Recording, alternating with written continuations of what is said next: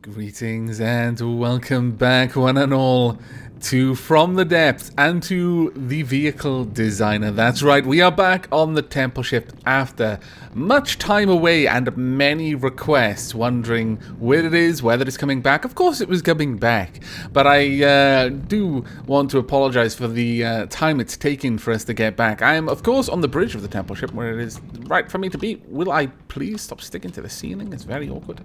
But the reason for the rather long delay in these episodes has simply been adjusting to new schedules, and From the Depths is one of those games which takes a very long time to record a very small amount of in-game footage. A lot of From the Depths, like shaping and that sort of stuff, is not as interesting to watch as the actual designing of cannons and obviously fighting, so I tend not to include that. But let me just show you what I have worked on off screen. Here we are. We are in the missile, the rear massive cruise missile area. You'll notice that we've no longer got an overlooking balcony. Instead, we come straight out from the bridge to this kind of gallery area where you can look down through the glass floors and see the actual bottoms of the missiles. We see the missiles themselves up here, and the roof is open in strategic locations to allow the missiles through. We don't have too much shaping going on. Well, I suppose we do, actually. That is a flat out lie. I am lying to you. There's a lot of shaping going on. There's probably not enough light in here, though, I'm just realizing. We've also got a teleporter, you know, just so that we can quickly move around. So teleport, here we are.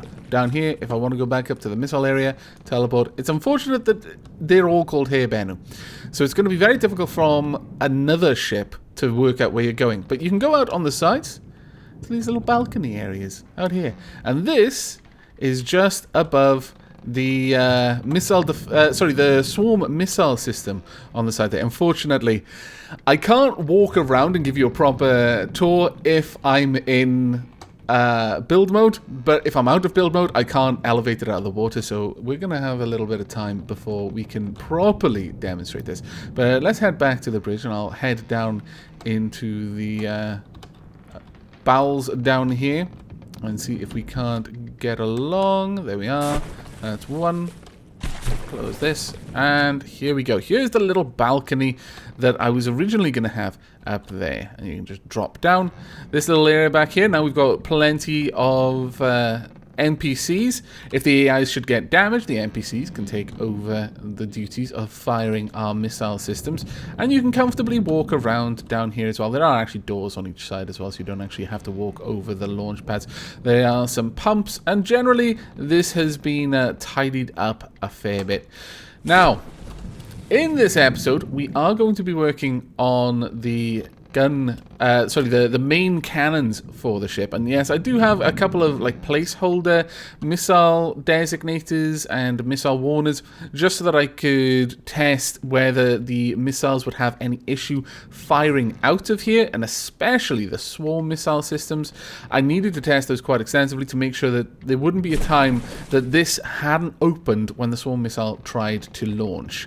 But everything seems to work as intended. Now, over here is where we're going to have the first of our main guns. So it makes sense now to enter build mode and just pull this up out of the water. Ah, glorious. Fantastic. I do find it quite amusing the way the shaders are working, the way the air pumps use the use of shaders to give the effect of air pumps. Now, the first thing we're going to do here is we are going to want to extend this out a fair bit. I also want to put in the mirror line.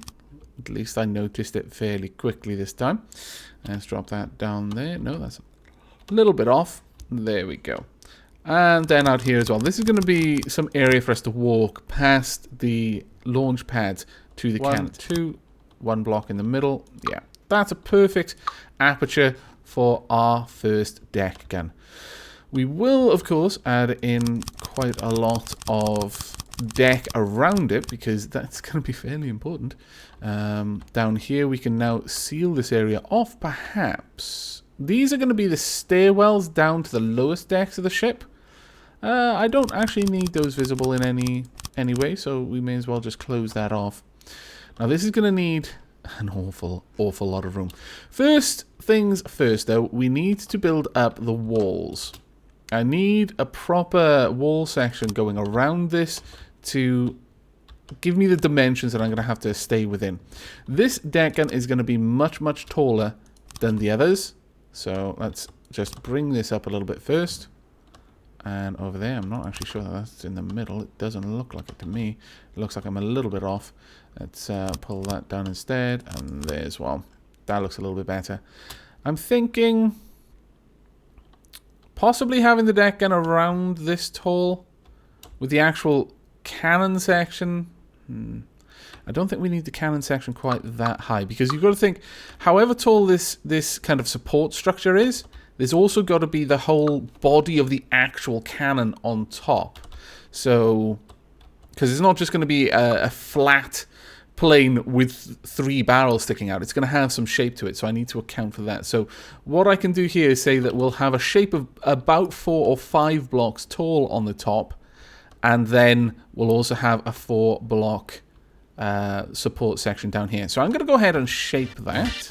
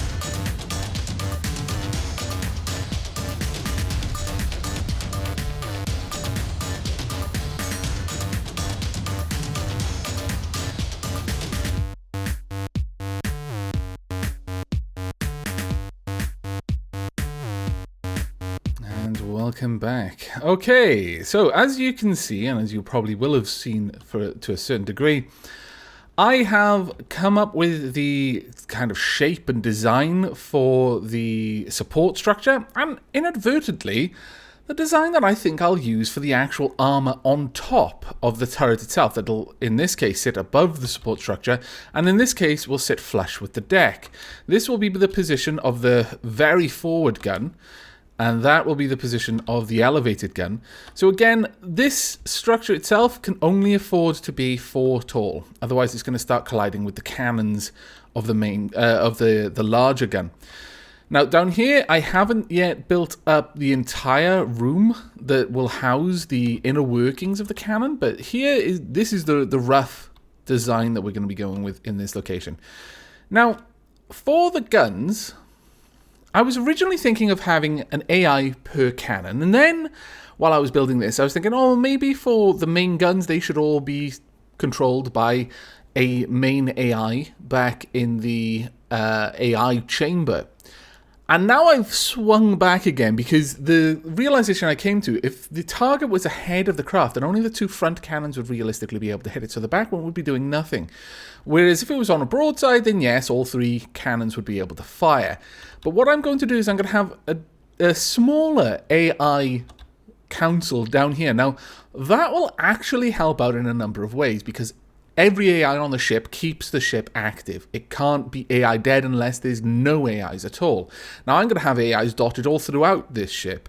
But if I have a second, smaller AI control room down here with one of the AIs, or maybe even one AI each, but very close together, controlling these cannons with very similar target prioritization algorithms, then it's going to allow the guns to aim at more or less the same thing at all times.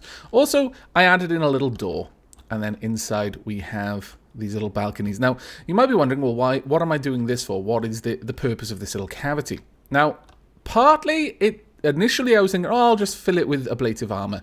But it could also be used as a storage location, and simply it looks good, and thus I like it. But for the most part, this is there to shield the main turret itself. Now, the turret, it's going to have to sit around about here. So let's go ahead and actually place in the turret first and foremost. There we go, and it's facing forward, which is fantastic. Now, again, we could either have a smaller AI council that this room would lead into, with the AIs running each weapon control system, so on and so forth. There would have to be a smaller room, though, because this one actually needs to occupy some of this space for the workings of the turret. So, I am leaning a little bit towards having a dedicated AI per cannon at this point. We'll have to see. We'll have to see. Though, the first thing I can do is I can just go ahead and set this up as number 1 for the weapon system. Then we will go ahead and add in the local weapon controller. That can sit right here, really. Ah, yes, I've got to go back to editing the hull, of course, of course. Not the spin blocks, damn it. Nah, I'm editing all of the different spin blocks. There are a lot. Right, now I can go back and edit the hull. There we go. Right, so we've got the local AI control weapon controller there. We will definitely need a failsafe on these. So one failsafe right there.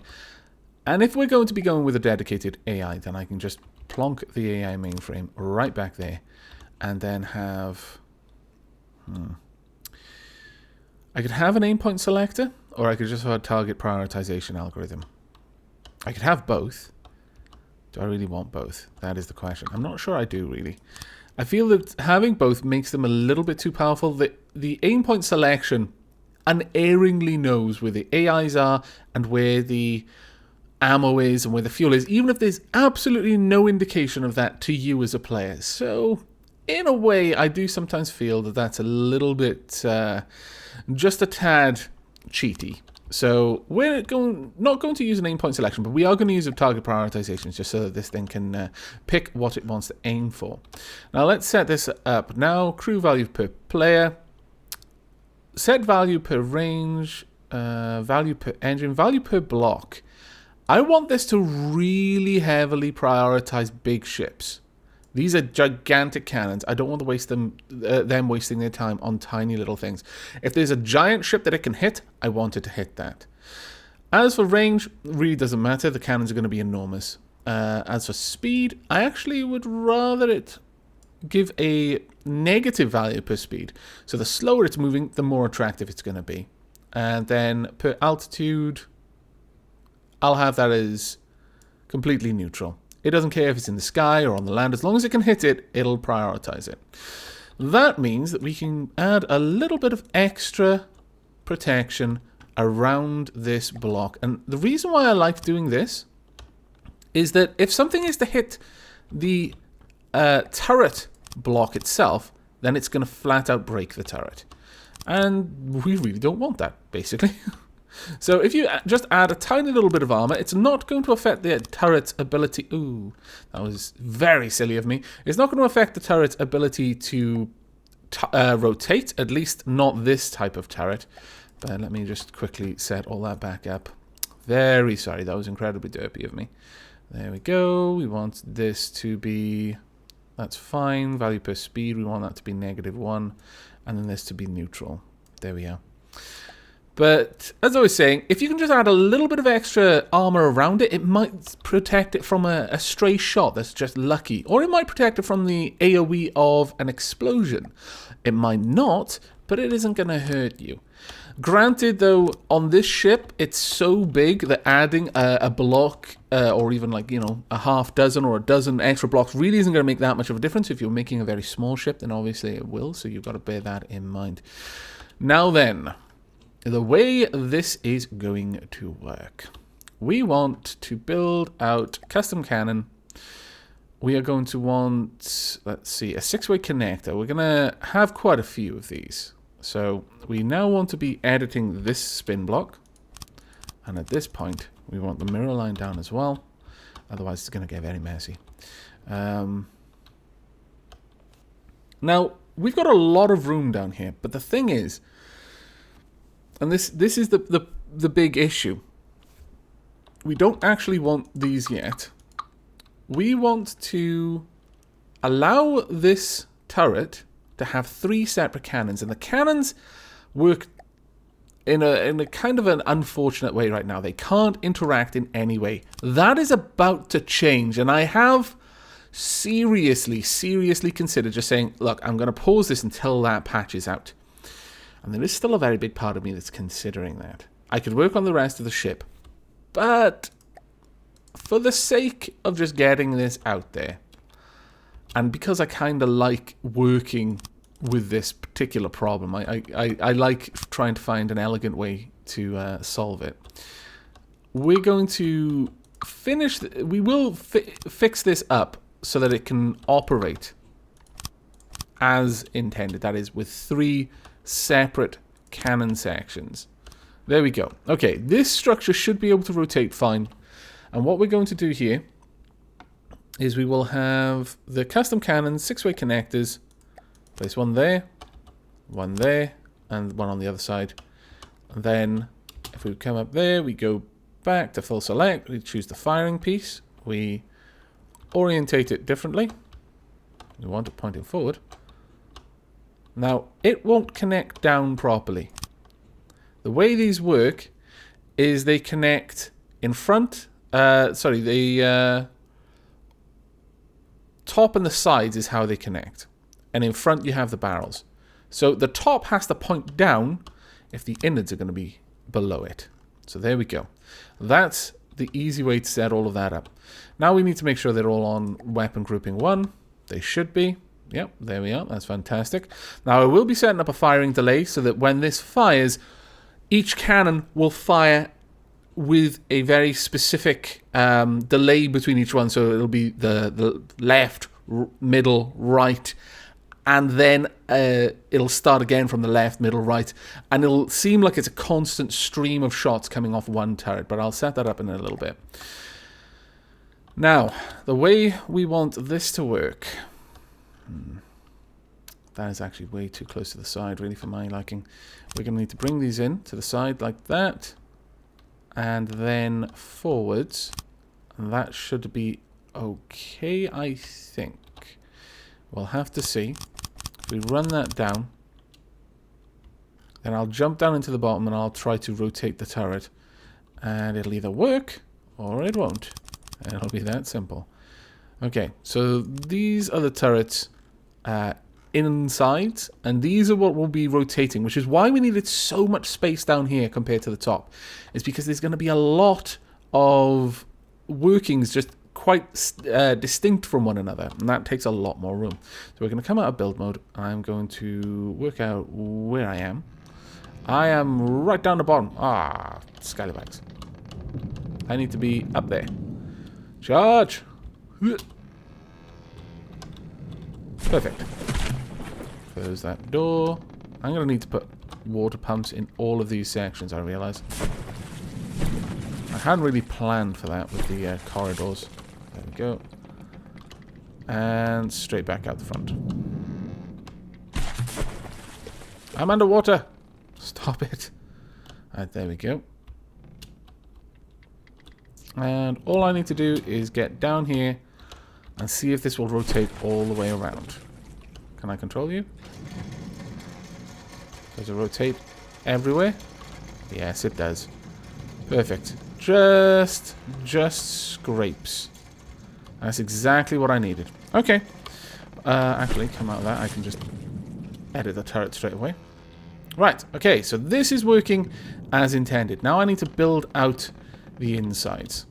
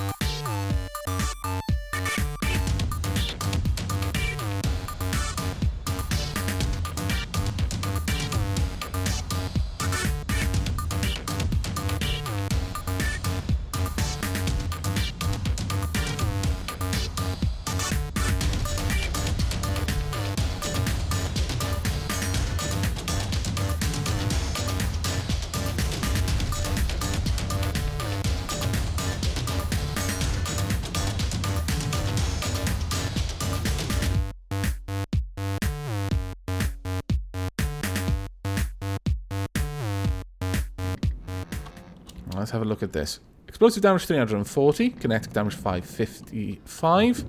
It's not amazing, I'll be honest with you. I think it needs to be a lot bigger than that. But we'll just check if that can rotate now. No, it jams at that point. I suspected that would be the case, if I'm perfectly honest. Right, let's start taking these back out then. We'll have to position those elsewhere. Ah, drat. I knew it was going to happen eventually. I'd had too much luck with remembering to remove those. Okay, well, we could sink down another block there, and that might be useful. Or one over here. Yeah, we'll sink down another block here. There we are. That will indeed work. In fact, with that done, I don't actually need this to be coming out as far as I do, as I have it. That would give us even more room. Oh, that's actually a better design by far. I'm not sure how I'm going to mirror that design, but we'll cross that bridge when we come to it. So we could add a bit of armor piercing there. So we'll have double armor piercing on both. Armor piercing still only 3 though. We're going to need a lot more armor. Oh wait, explosive. Shh,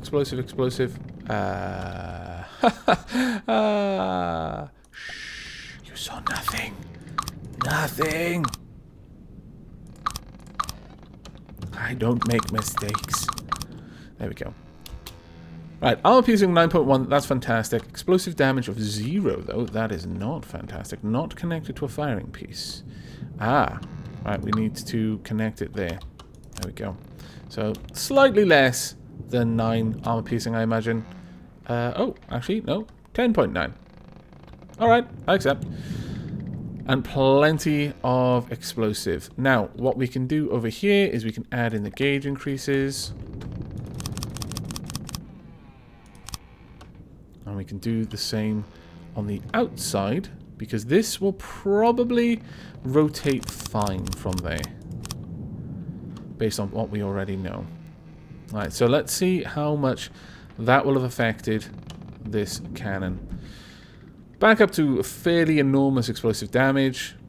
The reload speed is slower. Kinetic damage is pretty high. Let's see if that'll rotate. Can it rotate freely? Should be able to rotate without issue. Yes, it can. That's all I needed to know. Thank you. Now, the idea is for the barrels. I may as well add the barrels in right now. Now, this weapon is going to cause a lot of recoil. Generally, you don't want that on a ship. But this ship is also pretty gigantic. So it might not actually be that bad, all things considered. Wow, this cannon is already gigantic. Right, so we've got one.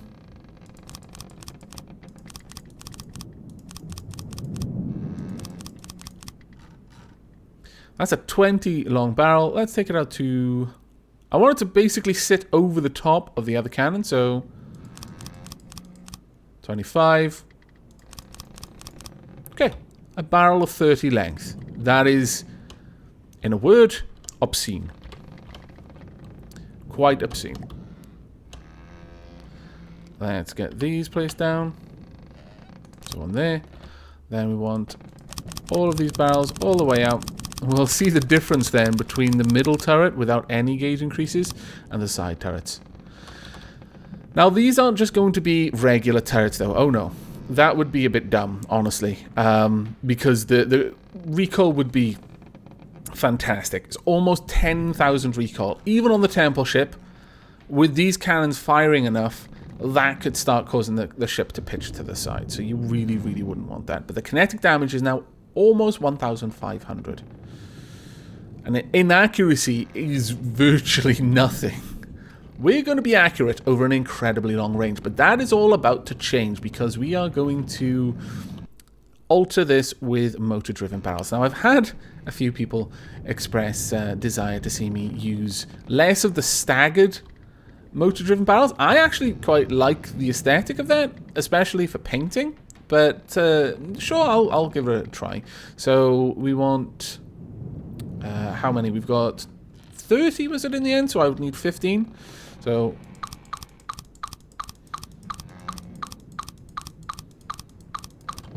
that should give us a decent elevation, decent azimuth. More elevation than azimuth though, but that's fine.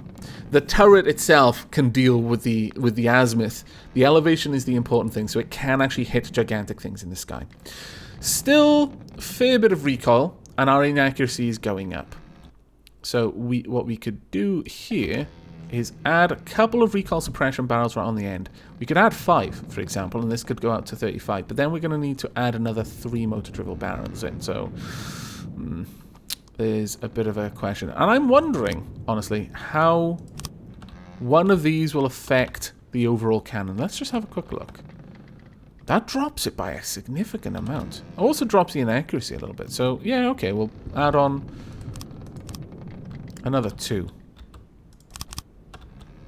Of course, I'm going to have to add in the motor-driven barrels as well, but let's have a look at this. Azimuth is only 8, elevation is 30, and accuracy is right back down. Recoil is only 3,000 now. That's not terribly bad. We're going to have to add in 2 more of those, I think, to get this to look the right way. There we are. Okay, so we just need to follow that out to around the same location, and we're good. There we are. Right, so... at the moment, it's underwhelming explosive damage. I think we need more.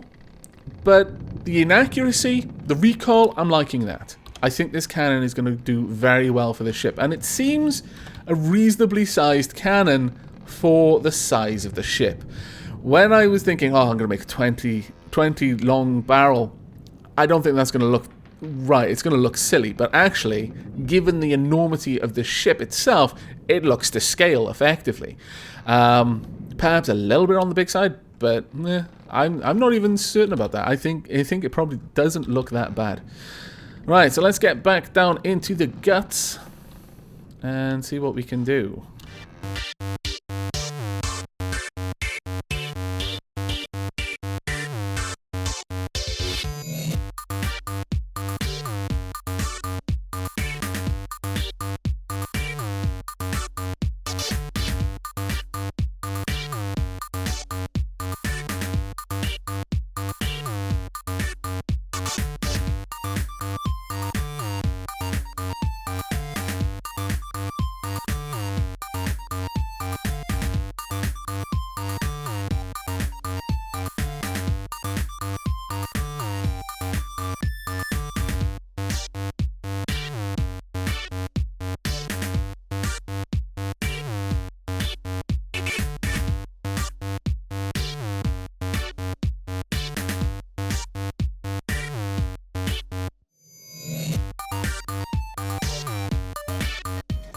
Does that rotate perfectly?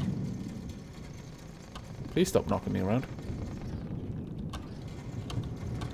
Oh, I see what's happening. It's actually kicking me off. There we go. It's rotating. No? Ah. Okay, something's not right there.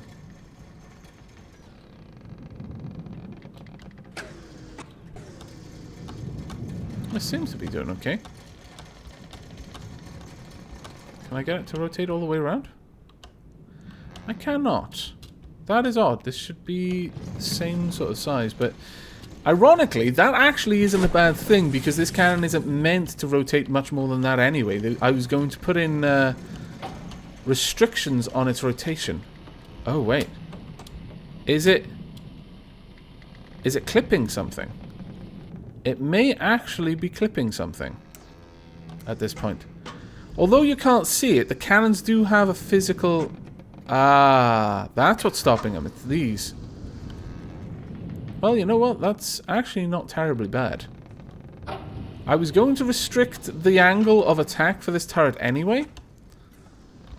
But that right there is restricting it for me. Although the cannons don't seem to have physics and can pass through things, the position that they are at when in their default state, facing forward, no elevation, no azimuth, is where the physics bounding boxes of the turrets exist. And that is what's bumping into this right now. The default state of the turrets is something like this. And those turrets are currently clipping just against that block. I could take it away, but I'm not sure I want to. I think I'm happy with it as is. The main thing was to know that this could rotate normally, which it can. Right, okay, so I'm fairly happy with the design of the turret as it stands. The things to add now, more explosive, we don't need more AP.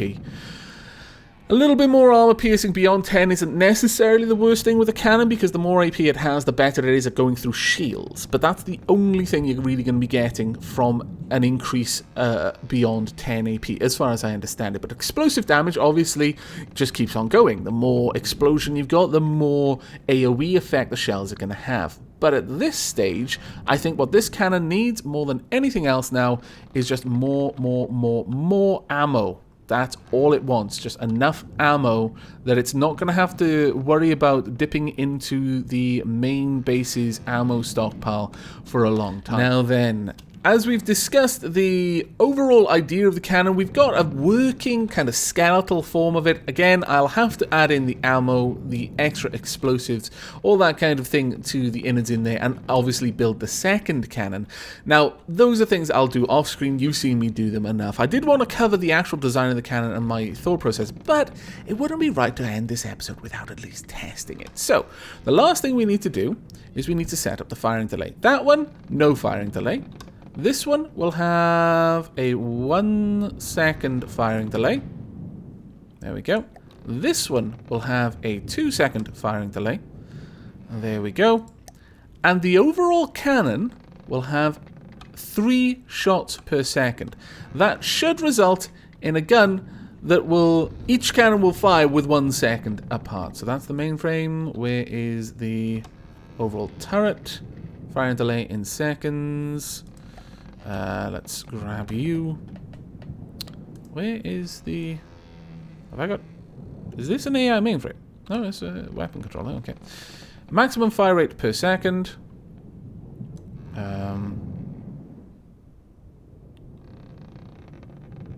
I put it at 0.3, there we go. So it'll fire one shot every second, roughly speaking. Not quite exact, but it'll be close enough. There we are. Now, as for range, it's fine. Just fire whatever you want. If you can see it, you can engage it. Minimum altitude? I'm not really sure about that one, but we'll see. Alright, that's good enough for me. Perhaps I should give it a minimum range, though, of something reasonable like 100. Generally, or maybe even less than that, 50. Something shouldn't be that close.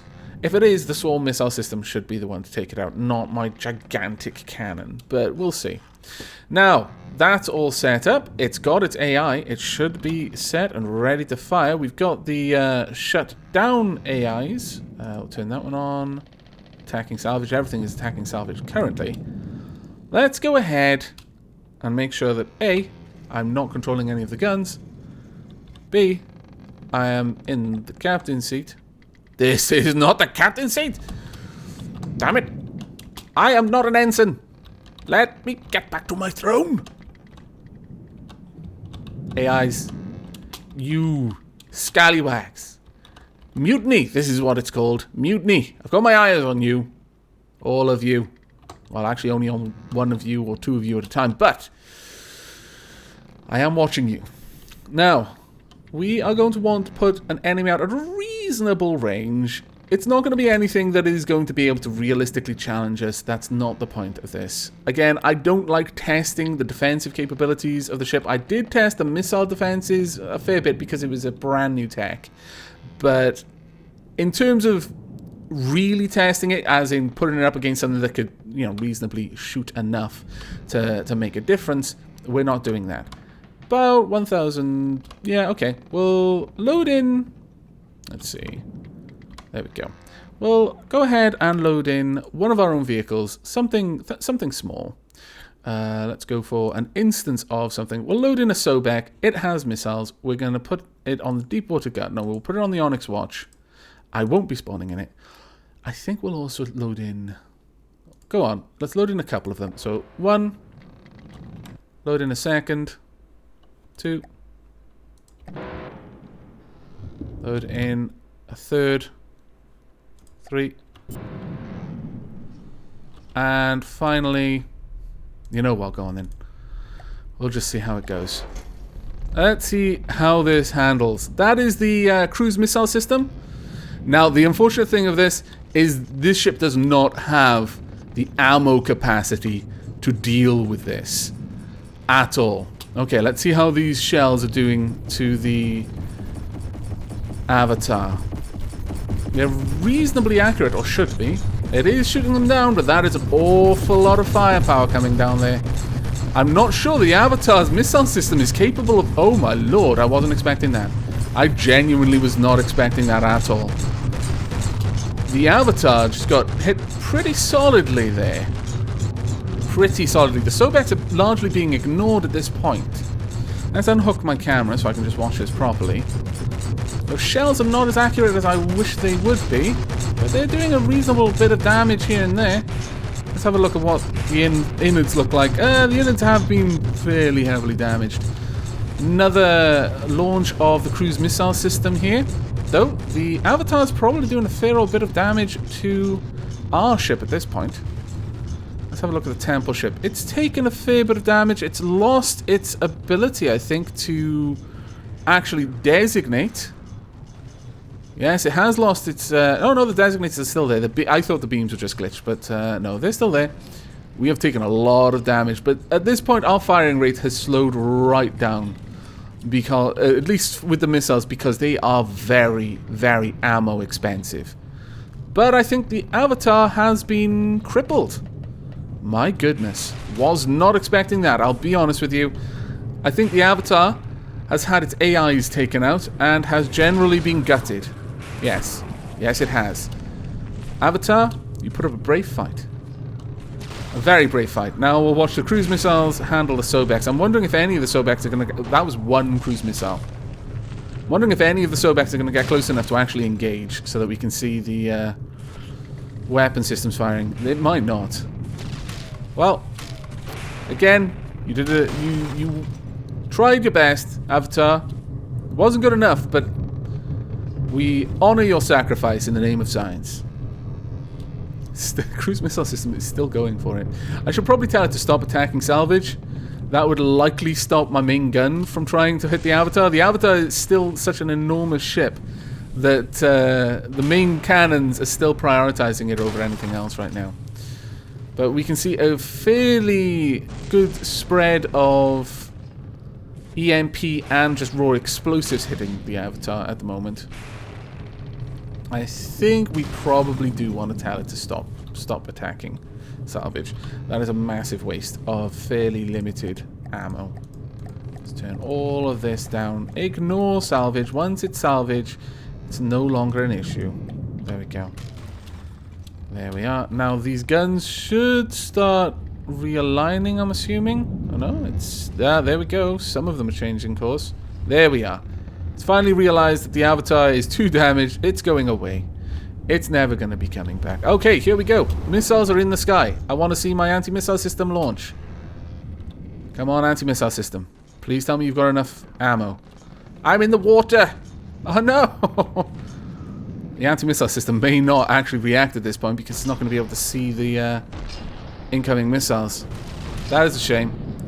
Oh, well, actually, even if they're there, the Avatar did do a number on this ship. To be fair to it, the Avatar did a very great deal of damage. The cruise missile systems will probably still win out, but yeah. That said, I haven't built the temple ship to have any real defensive capabilities yet. The temple ship is literally still a skeleton. It barely even floats for the most part. So the fact that it's managed to kill an Avatar and survive it, with the largest amount of damage being that it's sinking a little bit, and is taking on a bunch of Sobex, yeah, I'm fairly impressed, fairly happy with your abilities so far. The cruise missiles will just finish this off at this point. This Sobek is not coming back from this, I don't think. Unfortunately, without the laser designation, these ones, I'm not sure. Are they selecting different points, or are they just aiming for the middle? I think they're aiming just for the center of mass. Could be wrong. Well, they are still hitting it for the most part, but they're not actually taking it out, interestingly. Is that it? Not quite. And it still has some repair bots as well. That is one thing that the temple ship doesn't really have in any significant number. It's really just doesn't have many repair bots. I think it's got a couple in a few odd little places here and there. It's got a few on the outside around here, though, that can reach the sky through these little ports. But for a ship this large, we would need several more. But on the whole, fairly happy with how that worked. Yes, it did kind of get utterly ruined by the Avatar, but then that happens to most things. At the end of the day, it won against the Avatar, and that doesn't happen for most things, so I'm going to take that victory for what it is. But that is the end of the episode. I do hope you've enjoyed and are looking forward to the completion of this vessel. We, at this point, pretty much have the weapon systems down. There's just a couple of utility systems to add in, and of course the shaping. I'll be honest with you, that's going to take me the better part of half a day, more than likely, on a ship this big, and including the painting and that sort of detailing. That is going to be a lot. I'm probably going to record virtually none of it, though I may stream it. So keep your eyes out for future ad hoc stream notifications. They won't be on any kind of schedule. I'll just say, I'm going to be doing some From the Depths work on the temple ship. Here's a stream notification. I'm streaming now until I've done what I want to do, and then we'll stop. It'll probably be like a couple of hours here and there. But yeah, there's still a lot of work for me to do, but probably only 1 or 2 more episodes worth of work on the ship before it's ready to go into the campaign. So once again, thank you very much for joining. I hope you enjoyed. Looking forward to any feedback you may have for me in the comments. But until next time, and as always, do take care.